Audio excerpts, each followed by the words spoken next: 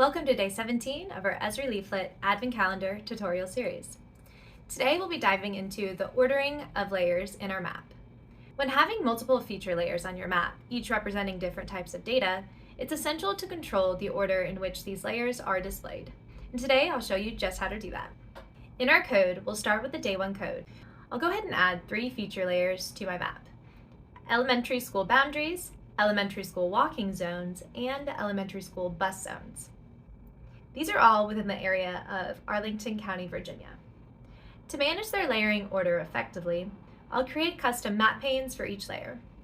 The order in which I list these created panes is important, as the first is on the bottom and the last will be on top.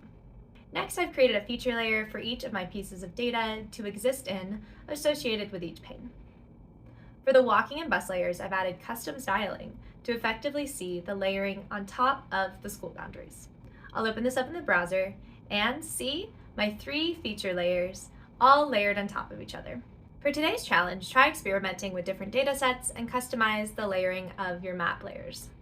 Share your creations in the comments below. And that's it for day 17. Tomorrow we'll dive into the power of Esri's geocoding service, which allows you to search for addresses and places. Thanks for watching, and happy coding!